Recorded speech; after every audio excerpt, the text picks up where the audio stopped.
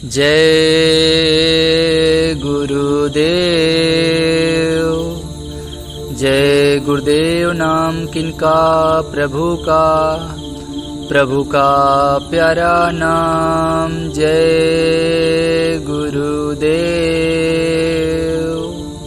7 मार्च सन 1981 सांझ को आज नहीं।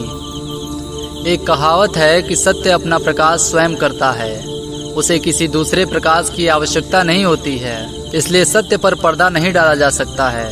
सत्य सत्य रहेगा, असत्य असत्य रहेगा। असत्य से सत्य को दबाया नहीं जा सकता है। झूठ चल नहीं सकता है। झूठ के पंख तो होते हैं पर पैर नहीं होते हैं। हवा में तो उड़ सकता है, पर जब धरातल पर रुकने की बात हुई तो झूठ का मुंह काला हो ही जाता है। यह ठीक है कि इस मृत लोक का निर्माण पाप पुण्य अच्छे बुरे की मिलौनी के साथ हुआ है, इसलिए रहेगा सभी कुछ।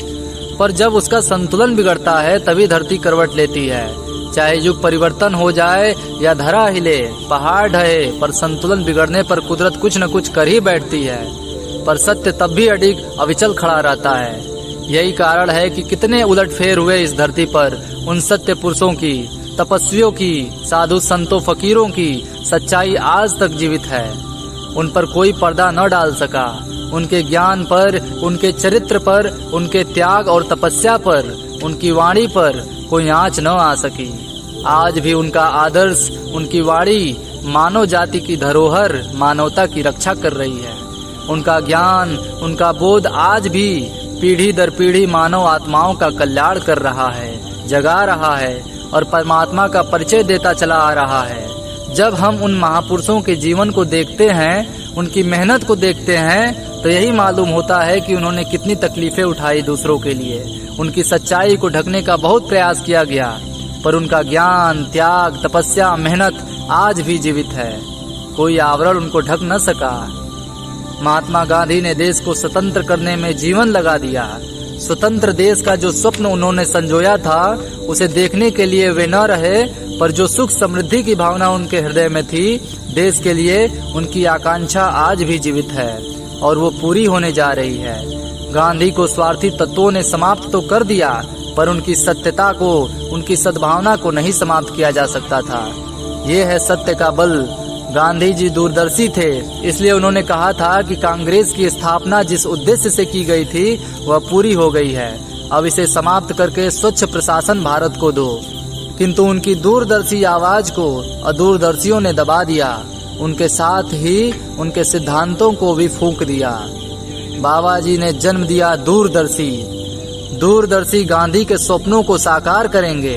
बाबा जी के दूरदर्शी के पीछे आध्यात्मिक बल है, ईश्वरीय सत्ता का हाथ है। अतः यहाँ पर अदूरदर्शी लोगों की चालें सफल नहीं हो सकेंगी।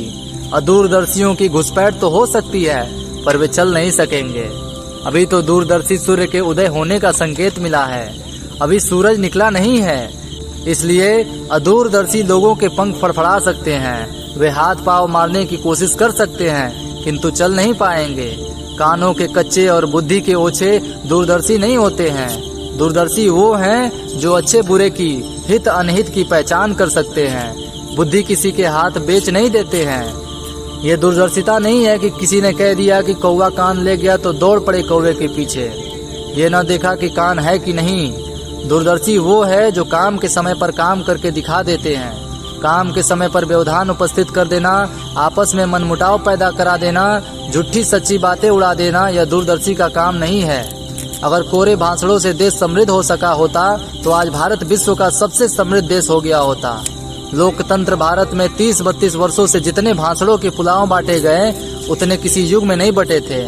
बाबा जी द्वारा निर्मित दूरदर्शी एक लक्ष्य है, काम है, न्याय है, सुरक्षा है, परिवर्तन है। जब इसका सूरज चमकेगा तो सारे चमगादड़ जो रात के अंधेरे में फड़फड़ाते हैं अपने आप छिप जाएंगे। उल्लुओं की बोली अपने आप बंद हो जाएगी। ये कुदरत का नियम है, इसे हम आप कैसे मिटा सकते हैं। दूरदर्शी बाबा जी की इस दूरदर्शी निशाने पर अदूरदर्शी टिक नहीं सकेंगे। दूरदर्शी के सत्य पर कोई धब्बा, कोई आँच आ नहीं सकती है। जय गुरुदेव।